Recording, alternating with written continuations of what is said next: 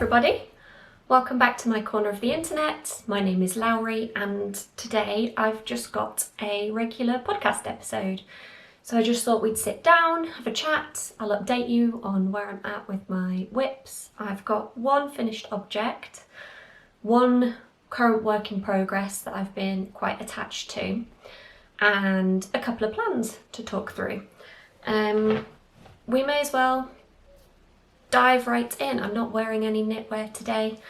It's way too hot for that. I don't know what's going on with the UK at the moment, but we're just having one heat wave after another, it feels like.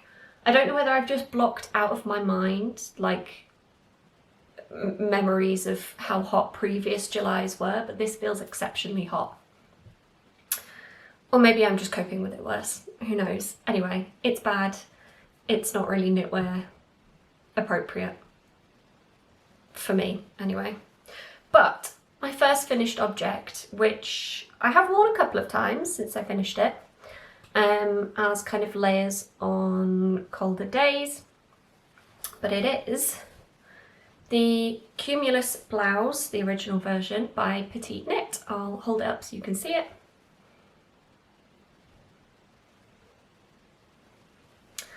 So this is my Cumulus Blouse knitted in Filcolana Merci in the colour Duckling. It's a lovely colour. I've talked about it ad nauseum on this channel already. The last time you saw this, I think I had finished both sleeves and I was just finishing the body, which was a pretty straightforward affair. I just knit to a length that I was happy with. I think I ignored whatever the pattern says. Not because it's wrong necessarily, but I just tend to knit until I'm happy with the length, especially with top down. And then I did the recommended I-cord bind off at the bottom. And that was pretty much it. Now, what do I have to say about this? Since I finished it, I've worn it a couple of times, and the first thing I did after I washed and blocked it was actually depill it before I'd even worn it. So the top of the jumper got quite fuzzy, like just in the process of knitting it. I think Filcolana Merci is not a yarn that has a huge amount of kind of structure, maybe. It's not necessarily hugely resistant to pilling. It is 50% cotton and 50% merino, but superwash. And I'd never worked with superwash before, so I thought it'd be interesting and we'll give it a go. It is very, very soft. It's a very enjoyable kind of extra layer to wear. And I can wear it because of the cotton as well. I can wear it on cooler kind of summer days. But I would say it did fuzz up really quickly. I've worn it a couple of times since, and I haven't depilled it again. So since that initial kind of shed, I guess, it's held up a little bit better. Although I wouldn't expect to have to depill something after a couple of wears. But I think that's just something to bear in mind. It'd probably be a really good yarn for baby knits that you put in the wash regularly. And that you're not expecting your child to be wearing for years and years and years because they grow real quick. But I do enjoy it in this pattern, and it's a very good kind of slouchy, casual, over-the-top layer. I say slouchy and casual because this has grown considerably. I don't know how much positive ease this has on me. I think it's potentially 15 centimetres when I checked. That sounds about right. And I don't know what's called for in the pattern either, I don't remember. This yarn grew so much when I blocked this garment. And I was slightly prepared for that, but I wasn't really expecting it because I did wash and block my swatch. But as I said before, you can't really account for the growth of yarn when it's got the weight of a full garment. kind of pulling it down or stretching it out. And I didn't like pin block it. I don't have blocking marks. I don't have pins. I don't have pins. I don't stretch any of my garments when I block them. I just lay them out flat and leave them to dry so that they dry kind of in the shape that the yarn wants to be.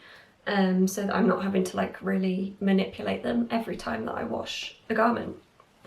Let me look at my phone because I wrote down my gauge swatch numbers. So my gauge swatch was 19 stitches and 26 rows, and I believe the pattern calls for 18 stitches and 26 rows on a 5mm knitting needle. So I was 1 stitch off, and I was fine with that. Don't really bother, don't really care. When I'd washed and blocked this garment and everything was all said and done, the gauge in this garment is 16 stitches and 23 rows. So that's a considerable change in my gauge, and just means this is bigger than what I was expecting, which I'm fine with in this garment because it was going to be significantly oversized anyway. But is something that I would just be aware of if you're thinking of using Filcolana Merci in any other kind of projects. It might be something that you want to account for. So my gauge is really, really different. I think that's the only thing that I have to say about this really. Otherwise, it's a great basic, it's a really simple construction. It has this quite, I wouldn't say it's too deep. I think this is a kind of decent V-neck. It's not too shallow, it's not revealing or anything. It's a decent V-neck. Single stitch raglan construction on both sides. Yeah, just a really nice, easy knit. Oh, I will say actually, last time I said that I thought my sleeves were going to be long enough. And I was technically right, but they were long enough. They were far too long. I had to go in and take back, I think, about 11 rows. I just cut off the I-cord bind off and ripped back and then redid the bind off on both sides. I wasn't going to be bothered with sweater surgery for an I-cord bind off or anything like that. But I did have to shorten them, which did mean that in the end they are the length recommended in the pattern, or I knit the number of repeats and rows recommended in the pattern. But now they do fit, and they fit perfectly, so a huge success as far as I'm concerned. So that is my only finished garment. Beautiful.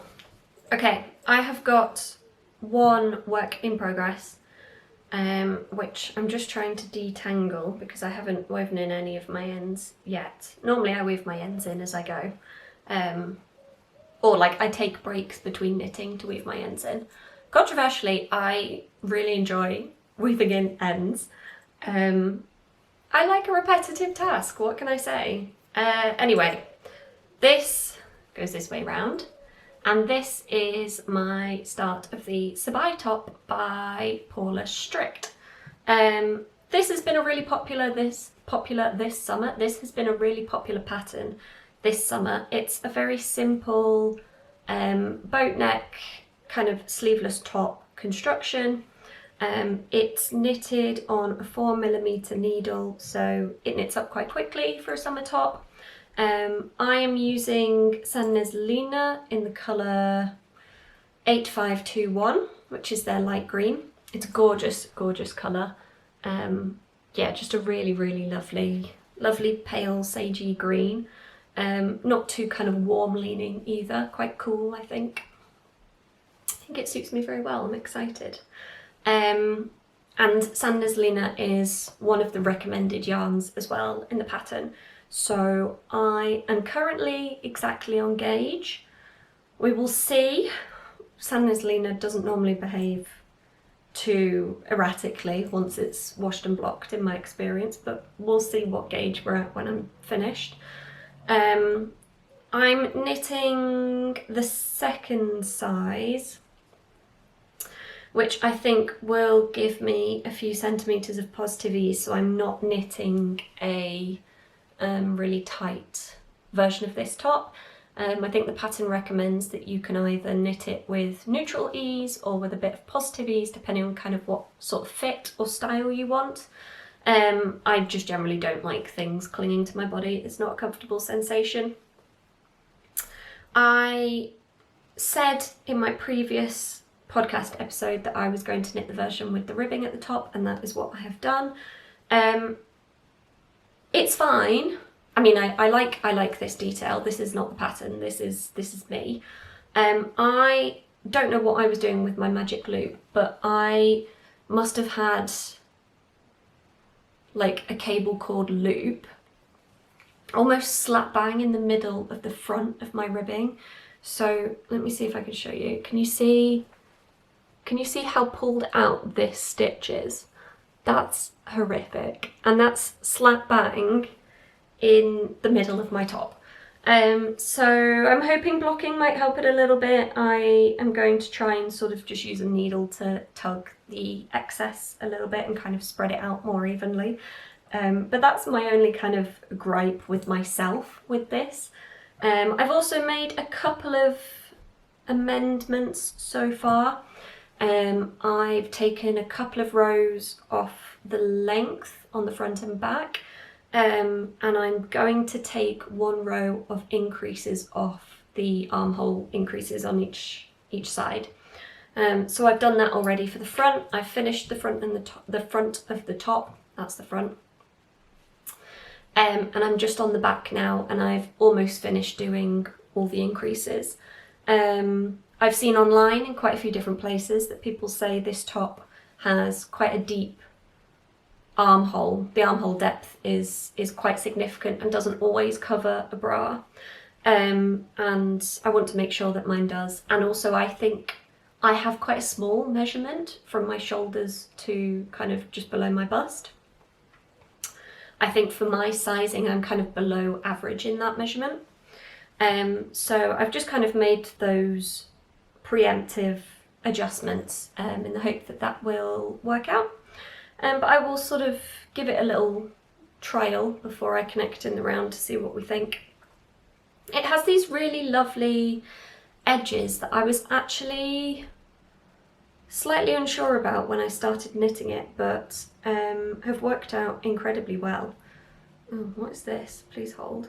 What was I saying? I was talking about the edges of the armhole, which are finished off with kind of ribbing, and then one by one ribbing, and then slip stitches on the ends, just to kind of make it really neat and tidy, which I actually really like, because it means I don't have to go back and add any finishings when this top is done. You just knit from the bottom down, and as soon as you get to the bottom, that's it, it's ready to go, which is very exciting. I was a little bit unsure about these at first because I know my tension on kind of end stitches can be quite poor, especially when I'm knitting back and forth, so I'm purling and knitting. But actually I've had no issues with these, and they all look really neat, and I'm really happy with it. So there we go. The Sabai top in Sandnes Lina. Also, this is my stitch marker for the back. I'll show you my stitch marker. Can you see that? He's a cat in a teacup, and he's a black cat, like my cat. I got those from a small business at the Yorkshire Yarn Fest, and I can't remember which stall it was, and I don't think I have any packaging to tell me. But they're very lovely, they're very cute, I like them a lot. Those are all my recently finished objects and what I've got on the go at the moment. Not a huge amount, but I'm not trying to rush through anything to create content, so there we go. I also sometimes have a couple of things on my needles, and sometimes I just want to focus on one thing. I have got a couple of things on hold which I've talked about previously and I'm not going to talk about now because I haven't touched them, so there's no point. But I do have some plans. Now, the first one is for the blouse number 1 by My Favourite Things Knitwear. This is my swatch. This is the Knitting for Olive pure silk in the colour Poppy Rose, which I've shown on here before. This is what it looks like knit up. It's really, really gorgeous. It's such a lovely colour. The yarn feels unusual. This is the first time that I've ever worked with silk. And I think this is it called barrette silk? But this is almost like a, so the strands are shorter, I think, than other kinds of silk, because they allow the chrysalids to mature before they harvest the silk. So it's more ethical. I may have just given completely incorrect information about silk yarn, so please do correct me if I'm wrong. I would like to learn a bit more. And this is all part of my exploration of different yarn types. It feels very drapey. It doesn't feel itchy, but it's kind of got the hardness to it that I would expect from a plant fibre, even though it's, I guess, technically an animal product or byproduct. So it feels a little bit more linen-y, but it's got a lot less structure and a lot more drape, and that in part will also be because this swatch is quite loose. It's quite an open gauge, and I won't be knitting with this size needle when I start the project. So the blouse number 1 calls for, I think, a 5mm needle, and it calls for a gauge of 19 stitches to 27 rows.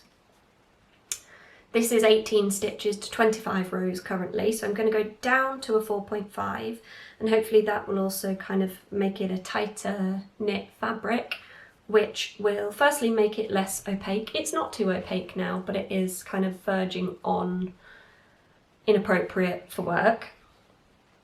So this will make it less opaque and hopefully give it a little more structural integrity. But I've never knit with silk before, so I'll be interested to see how this works up. I do like how the silk looks in the blouse number 1 though. It does give it an awful lot of drape, which I think gives it a really sort of, it creates a summer appropriate yarn. It gives it a very summery look, but it also looks quite elevated, I think. So I'm excited to work with that. I would also say this silk is not hugely shiny. Some silk fabrics that I see other people work with seem to have a bit of a sheen to them, and I would say this one doesn't really. I don't know whether that's just because of the kind of silk that they're using or the way that it's manufactured or what, but just an observation. It's not something I necessarily am bothered about, but it yeah, it's just an observation about the fabric. But I will finally be casting on the blouse number 1 with this. I'm so excited to knit it, so excited to have it in my wardrobe. I think I'm going to knit the size 2, which is the recommended size for my bust and will give me just under 10 centimetres of positive ease, I think. I don't know what that is going to look like on my body. I've never knit something with that much negative ease. I might have just said positive ease. It's negative ease. And I've never knit something with, in fact I don't think I've knit anything with negative ease before. So I'll be interested to see kind of what that's like, what the fit is like. Yeah, there you go. Blouse number 1. And then I have a couple of other plans that are actually to revisit things that are already in my wardrobe. I have a couple of knitted garments that I wear really regularly, especially in kind of slightly cooler weather. that could just do with a little bit of maintenance. The first one is my cardigan number 9 by My Favourite Things Knitwear. I made this in the autumn winter of last year. I'll hold it up so you can see it. It's a really lovely garment. I made this with one strand of Knitting for Olive Heavy Merino, which I believe is in the colour Thunder. It's that dark grey that I think has changed names recently. It was maybe Slate Grey before, now it's Thunder or Thunder Cloud. Anyway, it's that one. And one strand of Rauma Garn Alpaca Silk, which was a really good find because I find it a lot less itchy than mohair. And I really love this cardigan. My only gripe with it is one that is my fault. Well, not my fault, but it's kind of, it's not the pattern. Knitting for Olive Heavy Merino, I would say, when you block it, expands that way, horizontally, and then sort of shrinks lengthwise a little bit. So you kind of have to knit the garment to just a little bit longer to where you want it, I think, is the lesson that I've learned. These sleeves I actually knit just ever so slightly too short, anticipating that they would grow a little bit when blocked. And now after blocking and where they kind of sit bracelet length, which I'm not mad about. It has a purpose and a function in my wardrobe. It's just not kind of a full length oversized cardigan, which is kind of what I was expecting it to be. It has these lovely buttons on the front that I bought from my local haberdashery. They're just kind of like eyelet buttons, so you don't see the thread on the front, and one of them, I don't know if you can see that, but one of them, the button bit has kind of come off, so I've only got the eyelet left. So I've got them here actually. I just went to my local shop and I bought a couple more of the same button. I was very lucky that they still sold them and still had them in. Is that going to focus? They're very kind of pearlescent, shiny. They're very cool. And I bought 2 so that if I lose another one, I don't have to kind of hope and pray that they have the right buttons in. And I just need to take this little bit off and sew a new button on. So that's some maintenance that I'm planning to do to that cardigan. Once I've done that, I will probably take the opportunity to wash it and block it again, maybe depill it a little bit. I've only depilled that cardigan once before and it held up really well. The yarn combination is definitely one that I would recommend. But it's summer and I'm not wearing that garment at all, so it's a good time to try and kind of get some maintenance done on that one. And then the other garment that I want to do some maintenance on is also another cardigan. This one I do wear more frequently in kind of spring and summer as a layering piece. I've talked about this one before on the podcast when I was wearing it, but this is my Celeste cardigan by Knits for Days DK. It's got these really lovely sort of slight bell-like sleeves. They've got folded over hems on the bottom of the sleeves and the cardigan. It's not supposed to be sort of open up here. These are supposed to kind of continue across to this point here and then tie across the front, so it's supposed to be more like an O-neck. I made a mistake. I stopped picking up for the I-cord too early and I decided I was just going to leave it. And I actually wear this all the time, so we love. However, oh, I should say this is knit in Sandnes Garn Double Sunday. In, I think it was called Banana, but you can't get it anymore. But it's a really lovely kind of cool leaning pale yellow, which actually goes with so much of my spring summer wardrobe, so it's fantastic.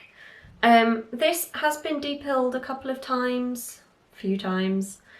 I do wear it a lot, so there's that. It is very soft, which is fantastic. it is a little bit of a compromise, I think, particularly with the double Sunday, that what you get in softness you lose in pills. So you just have to be prepared for your garment to pill a little bit more, to have to kind of do a bit of maintenance on it. The maintenance that I actually want to do on this garment is quite specific. So this was the first time that I tried spit splicing my ends. Anyone who's not familiar with spit splicing, it is exactly what it says on the tin. It is taking the tail end of the yarn you're using and the end of the new yarn that you want to join. You kind of twist them together and you use your spit.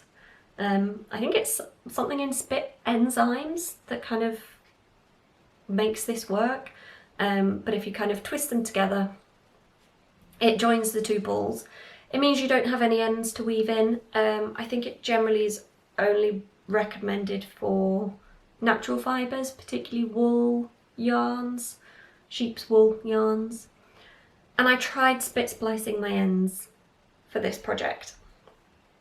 And this is what happened. I will just show you. Some of them are okay, some of them are not too bad. This is the first and last time I did this joining technique. I've weaved in my ends ever since, but this particularly bad one is on the back of my cardigan. See, look at that. What is that? It's terrible, is what it is. Before, I've not really bothered with fixing it because it's on the back of the cardigan and I don't see it, but it's starting to annoy me now. I've also had my hair cut shorter than it was when I finished this cardigan. When I finished this cardigan, my hair was pretty long, and it always, I generally wear it down, it always covered this join on the back. Now it no longer does that. So what I'm going to do is a little bit of sweater surgery. I'm going to cut into the yarn, the jumper cardigan back here. I'm going to weave in a piece of this yarn, I've still got some left. I'm going to replace this join with just a piece of yarn that I will work across the back, and I will sort of move the joins to the sides of the cardigan so that they're less visible, if that makes sense. So I'm probably going to cut into it in the middle where that awful join is, just pull back a little bit on both sides to sort of the ends, the sides of the cardigan here, and then weave those, sew those bits back together. So then my joins are on the side, that out of the way, and that god-awful spit splicing join is not there anymore because it's terrible. This cardigan does need a bit of a depill. Let's see if I can show you properly. You might have already kind of had a bit of a look at it. It's okay, it's not terrible. Under the arms are kind of worse. I don't know if you can see those. There you go, bits of pill in there. So I will give this a wash as well, a block and a bit of a depill. So those are my future plans. That is all I have to share with you. I hope you're having a lovely day, a lovely week, a lovely life. If you are working on any of these projects, please let me know. Even if you're not, tell me what you're working on at the moment. If you are doing any making, mending, let me know what you're fixing at the moment. We can keep each other accountable and motivated to maintain our knitwear. If you have a similar or different experience of spit splicing, if there's some secret method that I just don't know about, there's some secret way to do it to make it look seamless, let me know. I'd be interested. And if you enjoyed today's video, I'd love to have you, if you'd like to stick around. Otherwise, I will see you again shortly. I'm wishing you a wonderful week ahead, and if you are playing Yarn Chicken, I hope you win.